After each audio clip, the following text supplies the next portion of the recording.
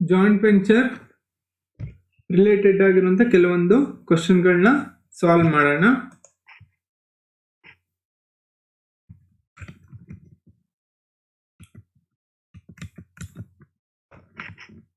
This is a problem.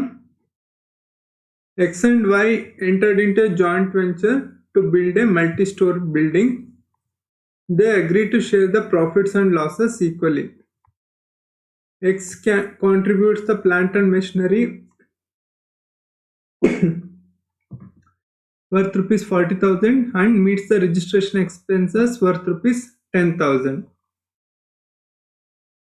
Y contributes the lot on which building has to be built, valued at rupees 1 lakh. Other expenses incurred are rupees fuel and electricity 40,000, raw material 1,60,000, labor charges 75,000, advertisement expenses 5,000. All expenses were met from the bank account opened for the joint venture. At the end of the venture, X agreed to take the plant and machinery valued at rupees 10,000. Y sold out the multi-stored building for rupees 7,20,000 and collected all the dues from the buyers except for the one plot valued at rupees 1,80,000, which he kept for himself in lieu of his expected share of profit. The venturers who agreed to maintain the venture account separate set of books ask you to prepare joint venture account, joint bank account and venturers capital account.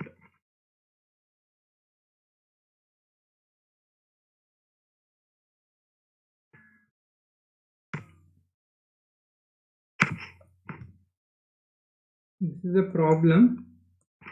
ಇದಕ್ಕೆ ನಾವು ಯಾವುದೇ ಒಂದು joint venture ಅಕೌಂಟಲ್ಲಾಗಲಿ ನಾವು 3 ಅಕೌಂಟ್ನ prepare ಮಾಡ್ತೀವಿ. ಒಂದು joint venture account, ಇನ್ನೊಂದು joint bank account and coventurers account.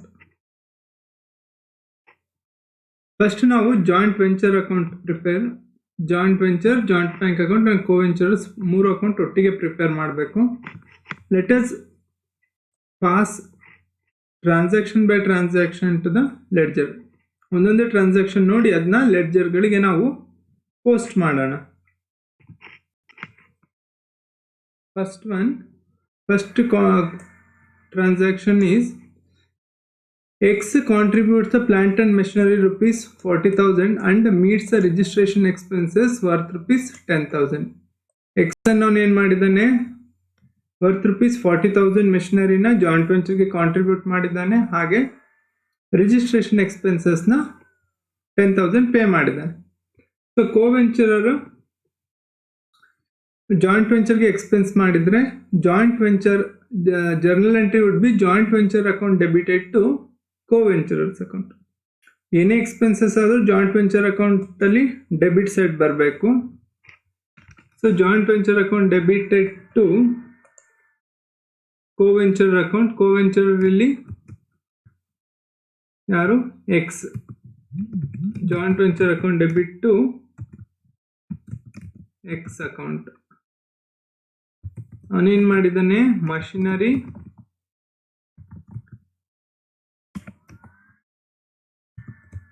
40,000 plus registration expenses ಎಷ್ಟು ಪೇ ಮಾಡಿದ್ದಾನೆ, 10,000. ಇದನ್ನು ಬ್ರ್ಯಾಕೆಟಲ್ಲಿ ಬರೆಯೋಣ. ಟೋಟಲ್ 50,000 ನಾನು ಖರ್ಚು ಮಾಡಿದ್ದಾನೆ. ಇಲ್ಲಿ ಅದಕ್ಕೆ ಕರೆಸ್ಪಾಂಡಿಂಗ್ ಆಗಿ ಕ್ರೆಡಿಟ್ ಎಂಟ್ರಿ ಕೋವೆಂಚರ್ಸ್ ಅಕೌಂಟಲ್ಲಿ ಬರಿಬೇಕು. By joint venture account, machinery 40,000 plus registration expenses 10,000, total 50,000. ಯಾರು ಖರ್ಚು ಮಾಡಿರೋದು, ಎಕ್ಸ್ ಕಾಲಮ್ಗೆ ನಾವು 50,000 ಅಮೌಂಟ್ನ ಬರೆಯೋಣ. Next, Y contributes the plot on which building to be built valued at rupees 1 lakh. Y ಅನ್ನೋನು ಏನು ಕಾಂಟ್ರಿಬ್ಯೂಟ್ ಮಾಡಿದ್ದಾನೆ, ಪ್ಲಾಟ್ನ ಕಾಂಟ್ರಿಬ್ಯೂಟ್ ಮಾಡಿದ್ದಾರೆ, ಅದರ ವ್ಯಾಲ್ಯೂ ಎಷ್ಟು, 1 lakh rupees. ಸೊ ಅದು ಕೂಡ ಜಾಯಿಂಟ್ ವೆಂಚರ್ಗೆ ಎಕ್ಸ್ಪೆನ್ಸಸ್ ಆಗುತ್ತೆ. ಯಾರು ಪೇ ಮಾಡಿದ್ದಾರೆ ಅಥವಾ ಯಾರು ಕಾಂಟ್ರಿಬ್ಯೂಟ್ ಮಾಡಿದ್ದಾರೆ, ವೈ ಕಾಂಟ್ರಿಬ್ಯೂಟ್ ಮಾಡಿರೋದ್ರಿಂದ ನಾವು ಇಲ್ಲಿ ಬರೆಯೋಣ ಟು ವೈಸ್ ಅಕೌಂಟ್ ಬ್ರಾಕೆಟಲ್ಲಿ ಪ್ಲಾಟ್ ಕಾಂಟ್ರಿಬ್ಯೂಟೆಡ್. ಎಷ್ಟು ಅಮೌಂಟು? 1 lakh rupees. ಅದಕ್ಕೆ ಕರೆಸ್ಪಾಂಡಿಂಗ್ ಆಗಿ ಒಂದು ಕ್ರೆಡಿಟ್ ಬರಿಬೇಕು. ಅದು by joint venture account plot contributed. ಯಾರು ಕಾಂಟ್ರಿಬ್ಯೂಟ್ ಮಾಡಿದ್ದು? ವೈ. ಸೊ ವೈ ಅಕೌಂಟಲ್ಲಿ ನಾವು ಅಮೌಂಟ್ನ ಬರಿತಾ ಇದ್ದೀನಿ. ಎಷ್ಟು? 1 lakh rupees.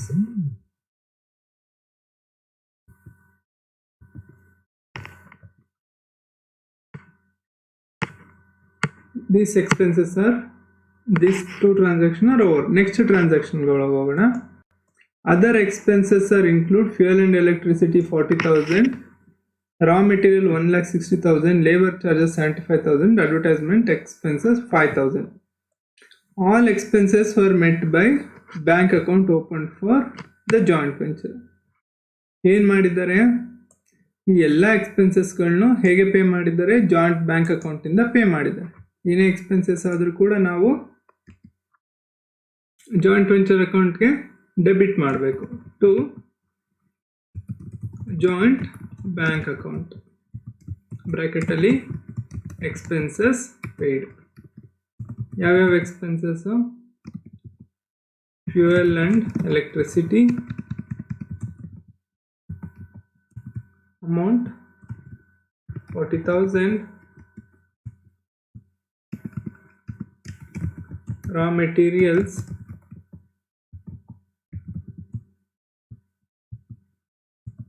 1,60,000, labor charges 75,000, advertisement expenses 5,000. So total 2,75,000, 2,80,000. ಎಷ್ಟು ಟೋಟಲ್ ಎಕ್ಸ್ಪೆನ್ಸಸ್? 2,80,000. ಇದನ್ನ ಕರೆಸ್ಪಾಂಡಿಂಗ್ ಕ್ರೆಡಿಟ್ ಎಂಟ್ರಿ ಎಲ್ಲಿ ಬರಿಬೇಕು? ಜಾಯಿಂಟ್ ಬ್ಯಾಂಕ್ ಅಕೌಂಟಲ್ಲಿ ಬರಿಬೇಕು. ಬೈ ಜಾಯಿಂಟ್ ವೆಂಚರ್ ಅಕೌಂಟ್ ಬ್ರ್ಯಾಕೆಟಲ್ಲಿ ಎಕ್ಸ್ಪೆನ್ಸಸ್ ಪೇಯ್ಡ್ ಅಮೌಂಟ್ 2,80,000. ಸೇಮ್ ಇದನ್ನು ನಾನಿಲ್ಲಿ ಯಾವುದಕ್ಕೆ ಪೇ ಮಾಡಿದ್ದಾರೆ ಅಂತ ಹೇಳ್ಬಿಟ್ಟು ಇದನ್ನು ಇಲ್ಲಿ ಕೂಡ ಬರಿತಾ ಇದ್ದೀನಿ. ಜಾಯಿಂಟ್ ಬ್ಯಾಂಕ್ ಅಕೌಂಟಲ್ಲಿ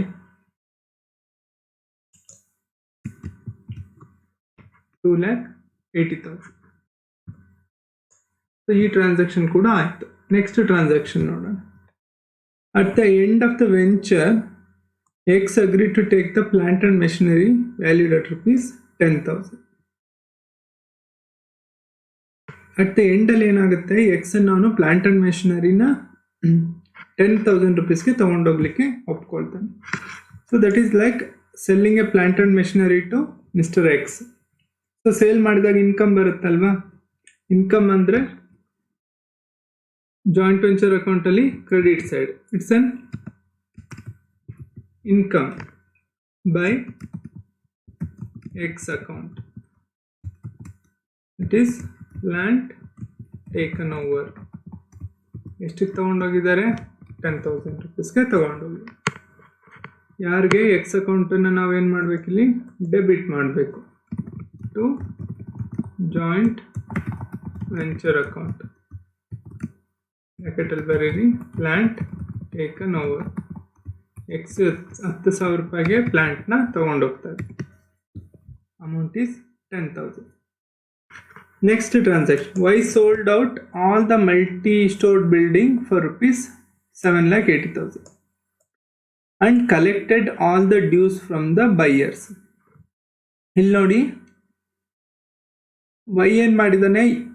ಎಲ್ಲ ಬಿಲ್ಡಿಂಗ್ನ ಟೋಟಲ್ ಸೇಲ್ ಮಾಡಿದ್ದಾನೆ 7,20,000ಗೆ and collected all dues from the buyers. ಏನು ಮಾಡಿದ್ದಾನೆ? ವೈನೇ ರಿಸೀವ್ ಮಾಡಿದ್ದಾನೆ. ಇಲ್ಲಿ ಬ್ಯಾಂಕ್ ಅಕೌಂಟ್ಗೆ ಹಣ ಬಂದಿಲ್ಲ. ಇದು ಸ್ವಲ್ಪ ಡಿಫ್ರೆನ್ಸ್ ಇದೆ ಪ್ರಿವಿಯಸ್ ಪ್ರಾಬ್ಲಮ್ ಇಂದ. ಇದೇ ಡಿಫ್ರೆನ್ಸ್ ನೋಡ್ಕೊಳ್ಳಿ. ಪ್ರಿವಿಯಸ್ ಪ್ರಾಬ್ಲಮ್ ಅಲ್ಲಿ ಏನಾಗ್ತಿತ್ತು, ಹಣ ಬ್ಯಾಂಕ್ ಅಕೌಂಟಿಗೆ ಬರ್ತಿತ್ತು. ಇಲ್ಲಿ ಬ್ಯಾಂಕ್ ಅಕೌಂಟಿಗೆ ಬರಲ್ಲ. ಯಾರು ಹಣ ಕಲೆಕ್ಟ್ ಮಾಡ್ಕೋತಿದ್ದಾರೆ? ವೈ ಅನ್ನೋನು ಕಲೆಕ್ಟ್ ಮಾಡ್ಕೋತಿದ್ದ. ಸೊ ವೈ ಹಣ ಕಲೆಕ್ಟ್ ಮಾಡ್ಕೊಂಡಾಗ ಏನಾಗ್ತದೆ, ಬ್ಯಾಂಕಿಗೆ ಹಣ ಬಂದರೆ ಬ್ಯಾಂಕ್ ಅಕೌಂಟ್ ಡೆಬಿಟ್ ಆಗ್ತಿತ್ತು. ಬಟ್ ಇಲ್ಲಿ ಬ್ಯಾಂಕ್ ಅಕೌಂಟಿಗೆ ಹಣ ಬರ್ತಿಲ್ಲ. ಸೊ ಯಾರ ಅಕೌಂಟಿಗೆ ಹೋಗ್ತದೆ? ವೈ ಅಕೌಂಟಿಗೆ. So journal entry is Y account debited to joint venture account. ಬ್ರಾಕೆಟಲ್ಲಿ ಬರೆಯೋಣ, ಸೇಲ್ಸ್. ಎಷ್ಟು ರಿಸೀವ್ ಮಾಡ್ತಿದ್ದಾನೆ ವೈ ಅನ್ನೋನು? 7,20,000 rupeesನ ರಿಸೀವ್ ಮಾಡ್ತಿದ್ದಾನೆ. ಜಾಯಿಂಟ್ ವೆಂಚರ್ ಅಕೌಂಟಲ್ಲಿ ಕ್ರೆಡಿಟ್ ಸೈಡ್ ಬರೀರಿ, by Y's account, sales proceeds. ಅದು ಅಮೌಂಟ್ ಈಸ್ 7,20,000. ಬ್ಯಾಂಕಿಗೆ ಹಣ ಬಂದಿದ್ರೆ bank account debited to joint venture account ಆಗ್ತಿತ್ತು. Joint bank account debited to joint venture ಆಗ್ತಿತ್ತು. ಬಟ್ ಇಲ್ಲಿ ಬ್ಯಾಂಕಿಗೆ ಹಣ ಬಂದಿಲ್ಲ. ಎಲ್ಲಿಗೆ ಹಣ ಹೋಗಿದೆ? ವೈ ಅಕೌಂಟ್ಗೆ ಹೋಗಿದೆ. So journal entry is Y account debit to joint venture account. Amount is 1,07,20,000. Next, one plot valued rupees 1,80,000 which will be kept for himself in lieu of expected share of the profit. Y ಏನು ಮಾಡಿದ್ದಾನೆ? ಎಲ್ಲದನ್ನು sale ಮಾಡಿಲ್ಲ. ಅದರಲ್ಲಿ ಒಂದನ್ನು ಮಾತ್ರ ಅವನೇನು ಮಾಡಿದ್ದಾನೆ? ಉಳಿಸ್ಕೊಂಡಿದ್ದಾನೆ, ಒಂದು ಭಾಗನ. ಅದರ ವ್ಯಾಲ್ಯೂ ಎಷ್ಟು? 1,80,000. ಅಂದರೆ ಅದು ಕೂಡ ಅವನಿಗೆ ಬೆನಿಫಿಟ್ ಆಗ್ತದೆ. ಅಂದರೆ ಜಾಯಿಂಟ್ ವೆಂಚರ್ಗೆ ಏನಾಗ್ತದೆ? ಅದನ್ನು ವೈಗೆ ಸೇಲ್ ಮಾಡಿದ ಹಾಗೆ. ಅದಕ್ಕೆ ಎಂಟ್ರಿ ಏನು ಬರೀಬೇಕು? Y account debited to joint venture account. ಇದು ಕೂಡ ಜಾಯಿಂಟ್ ವೆಂಚರ್ಗೆ ಇನ್ಕಮ್.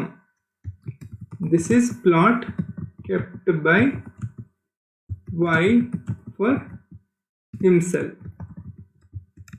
ಇದ್ರ ವ್ಯಾಲ್ಯೂ ಎಷ್ಟು?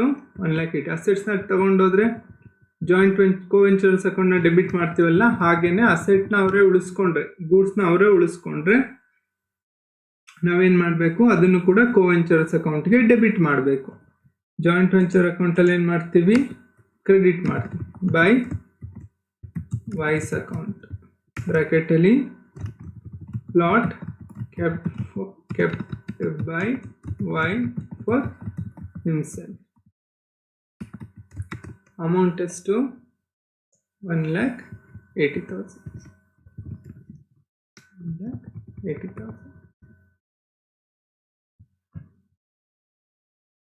So all the transaction has been posted into the respective ledgers. ಇವಾಗ ಏನು ಮಾಡಬೇಕು? ನಾವು ಪ್ರಾಫಿಟ್ ಆಗಿದೆಯಾ ಲಾಸ್ ಆಗಿದೆಯಾ ಅಂತ ಹೇಳ್ಬಿಟ್ಟು ಈ ಅಕೌಂಟ್ಸ್ನ ಕ್ಲೋಸ್ ಮಾಡಿ ಚೆಕ್ ಮಾಡಬೇಕು. ಇಲ್ಲಿ ನೋಡಿ, ಪ್ರಾಫಿಟ್ ಆ್ಯಂಡ್ ಲಾಸಸ್ಸು ಯಾವ ರೇಷನಲ್ಲಿ ಶೇರ್ ಮಾಡ್ಕೊತಿದ್ದಾರೆ? ಈಕ್ವಲ್ ಆಗಿ ಶೇರ್ ಮಾಡ್ಕೊತಿದ್ದಾರೆ, X and Y. So let us first close the joint venture account. ಪ್ರಾಫಿಟ್ನ ಫೈಂಡ್ ಔಟ್ ಮಾಡಲಿಕ್ಕೆ ಫಸ್ಟು ಜಾಯಿಂಟ್ ವೆಂಚರ್ ಅಕೌಂಟ್ನ ಕ್ಲೋಸ್ ಮಾಡಬೇಕು ನಾವು. ಜಾಯಿಂಟ್ ವೆಂಚರ್ ಅಕೌಂಟಲ್ಲಿ ಕ್ರೆಡಿಟ್ ಸೈಡ್ ಜಾಸ್ತಿ ಇದೆ. So let us total the credit side first. 7,20,000 plus 1,80,000, 9,00,000 plus 10,000, 9,10,000. So ಟೋಟಲ್ನ ನಾನು ಡೆಬಿಟ್ ಸೈಡ್ನ ಟೋಟಲ್ಗೂ ಹಾಕ್ತಾ ಇದ್ದೀನಿ, 9,10,000. ಈಗ ಡೆಬಿಟ್ ಸೈಡಲ್ಲಿರೋ ಎಕ್ಸ್ಪೆನ್ಸಸ್ನೆಲ್ಲ ಲೆಸ್ ಮಾಡಿದಾಗ ನನಗೆ ಪ್ರಾಫಿಟ್ ಬರ್ತದೆ. ಪ್ರಾಫಿಟ್ ಎಷ್ಟು ಬರುತ್ತೆ? 9,10,000 ಮೈನಸ್ 50,000 ಮೈನಸ್ 1,00,000 ಮೈನಸ್ 2,80,000. ಇದನ್ನು ಮಾಡಿದಾಗ ನನಗೆ ಪ್ರಾಫಿಟ್ 4,80,000 ಬರುತ್ತೆ. ಈ ಪ್ರಾಫಿಟ್ನ ನಾವು ಇಬ್ಬರ ಅಕೌಂಟ್ಗೆ, ಎಕ್ಸ್ ಅಕೌಂಟ್ ಮತ್ತು ವೈಸ್ ಅಕೌಂಟ್, ಇಬ್ಬರು ಅಕೌಂಟಿಗೂ ಕೂಡ ಈಕ್ವಲ್ ಆಗಿ ಶೇರ್ ಮಾಡಬೇಕು. 4,80,000 ಡಿವೈಡೆಡ್ ಬೈ 2, 2,40,000. ವೈ ಅಕೌಂಟ್ಗೂ ಕೂಡ 2,40,000. ಸೊ ಕೋವೆಂಚರ್ಸ್ ಅಕೌಂಟಲ್ಲಿ ಯಾವ ಸೈಡ್ ಬರೋ? ಕ್ರೆಡಿಟ್ ಸೈಡ್ ಬರೀಬೇಕು by joint venture account. Amount is 2,40,000, 2,40,000. ಈಗ ಜಾಯಿಂಟ್ ವೆಂಚರ್ ಅಕೌಂಟ್ನ ಕ್ಲೋಸ್ ಮಾಡಿ ಆಯಿತು. ಈಗ ನೆಕ್ಸ್ಟ್ ಕೋವೆಂಚರ್ಸ್ ಅಕೌಂಟ್ನ ಕ್ಲೋಸ್ ಮಾಡೋಣ. ಕೋವೆಂಚರ್ಸ್ ಅಕೌಂಟಲ್ಲಿ ಫಸ್ಟ್ ಎಕ್ಸ್ ಅಕೌಂಟ್ ನಾವು ಕ್ಲೋಸ್ ಮಾಡೋಣ. ಎಕ್ಸ್ ಅಕೌಂಟ್ ಯಾವ ಸೈಡ್ ಜಾಸ್ತಿ ಬಂದಿದೆ? ಕ್ರೆಡಿಟ್ ಸೈಡ್ ಜಾಸ್ತಿ ಬಂದಿದೆ. 2,40,000 ಪ್ಲಸ್ 50,000 2,90,000. ಮತ್ತೆ ಅವನು ಪ್ಲ್ಯಾಂಟ್ನ ತಗೊಂಡೋಗಿದ್ದಾನೆ 10,000 ರುಪೀಸ್ಗೆ. ಸೊ ಅವನಿಗೆ ಎಷ್ಟು ಬಾಕಿ ಕೊಡಬೇಕು? To joint bank account for final settlement. Final settlement ಅಂತ ಎಕ್ಸ್ಗೆ ಎಷ್ಟು ಪೇ ಮಾಡಬೇಕಾಗ್ತದೆ ಅಂದರೆ 2,80,000 ಪೇ ಮಾಡಬೇಕಾಗುತ್ತೆ. ಮತ್ತು ವೈ ಅಕೌಂಟ್ನ ಕ್ಲೋಸ್ ಮಾಡೋಣ. ವೈ ಅಕೌಂಟಲ್ಲಿ ಯಾವ ಸೈಡ್ ಜಾಸ್ತಿ ಇದೆ? ಡೆಬಿಟ್ ಸೈಡೇ ಜಾಸ್ತಿ ಉಂಟು, 9 lakh rupees. ಸೊ ಈ 9 lakh rupeesನ ಕ್ರೆಡಿಟ್ ಸೈಡ್ ಕೂಡ ಅದೇ ಅಮೌಂಟ್ನ ಹಾಕ್ತಾ ಇದ್ದೀನಿ. ಸೊ ಇಲ್ಲಿ ನೋಡಿ, ಫೈನಲ್ ಸೆಟಲ್ಮೆಂಟ್ಗೆ ನಾವು ವೈಗೆ ಹಣ ಕೊಡಬೇಕಾದ್ದಿಲ್ಲ. ಅದ್ರ ಬದಲು ವೈಯ ಹಣನ ಕಲೆಕ್ಟ್ ಮಾಡ್ಕೊಂಡಿದ್ದಾನೆ, ಅವನೇ ಹಣ ಕೊಡಬೇಕಾಗುತ್ತೆ. So by joint bank account, ಅವನು ಹೇಗೆ ಹಣ ಕೊಡ್ತಾನೆ? ಬ್ಯಾಂಕ್ ಅಕೌಂಟ್ಗೆ ಹಣ ಟ್ರಾನ್ಸ್ಫರ್ ಮಾಡೋದ್ರ ಮೂಲಕ ಹಣ ಕೊಡ್ತಾನೆ. ಬ್ರಾಕೆಟಲ್ಲಿ ಬರೀರಿ ಫೈನಲ್ ಸೆಟಲ್ಮೆಂಟ್. ಎಷ್ಟು ಹಣ ಕೊಡಬೇಕು ಅವನು? 9 lakh ಅಲ್ಲಿ 2,40,000 ಮೈನಸ್ 1 lakh ಅಂದರೆ 3,40,000 ಲೆಸ್ ಮಾಡಿದರೆ ಅವನು ಎಷ್ಟು ಹಣ ಕೊಡಬೇಕಾಗ್ತದೆ? 5,60,000 ಹಣ ಕೊಡಬೇಕಾಗುತ್ತೆ ಬೈ ಜಾಯಿಂಟ್ ಬ್ಯಾಂಕ್ ಅಕೌಂಟ್. ಈ ಎರಡೂ ಎಂಟ್ರಿಗಳನ್ನ, ಫೈನಲ್ ಸೆಟಲ್ಮೆಂಟ್ ಎಂಟ್ರಿಗಳನ್ನ ನಾವು ಜಾಯಿಂಟ್ ಬ್ಯಾಂಕ್ ಅಕೌಂಟಲ್ಲಿ ಬರೆಯೋಣ. To Y's account final settlement. Y ಹಣ ಕೊಡಬೇಕು, ಅದರಿಂದ ಅದು ಡೆಬಿಟ್ ಆಗ್ತದೆ. ಅಮೌಂಟ್ ಎಷ್ಟು? 5,80,000. ಹಾಗೆಯೇ ನಾವು ಎಕ್ಸ್ಗೆ ಹಣ ಪೇ ಮಾಡಬೇಕು. ಅದಕ್ಕೇನು ಬರಿತೀವಿ? By X account final settlement. Amount ಎಷ್ಟು? ಎಕ್ಸ್ಗೆ ಎಷ್ಟು ಪೇ ಮಾಡಬೇಕು? 2,80,000. ನಾವೀಗ ಕೋವೆಂಚರ್ಸ್ ಅಕೌಂಟ್ನು ಫೈನಲೈಸ್ ಮಾಡಿದ್ವಿ, ಕ್ಲೋಸ್ ಮಾಡಿದ್ವಿ. ಹಾಗೆ ಇಬ್ಬರು ಕೋವೆಂಚರ್ಸು ಎಷ್ಟು ಹಣ ಕೊಡಬೇಕು ಮತ್ತು ಕೋವೆಂಚರ್ಸ್ಗೆ ಎಷ್ಟು ಹಣ ಕೊಡಬೇಕು ಅನ್ನೋದನ್ನು ಕೂಡ ನಾವು ಫೈಂಡ್ ಔಟ್ ಮಾಡಿ ಜಾಯಿಂಟ್ ಬ್ಯಾಂಕ್ ಅಕೌಂಟ್ಗೆ ಪೋಸ್ಟ್ ಮಾಡಿದ್ವಿ. ಈಗ ಈ ಎರಡೂ ಸೈಡ್ ನಮಗೆ ಈಕ್ವಲ್ ಬಂದರೆ ನಮ್ಮ ಲೆಕ್ಕ ಕರೆಕ್ಟ್ ಇದೆ ಅಂತೇಳಿ. 5,80,000 ಡೆಬಿಟ್ ಸೈಡ್,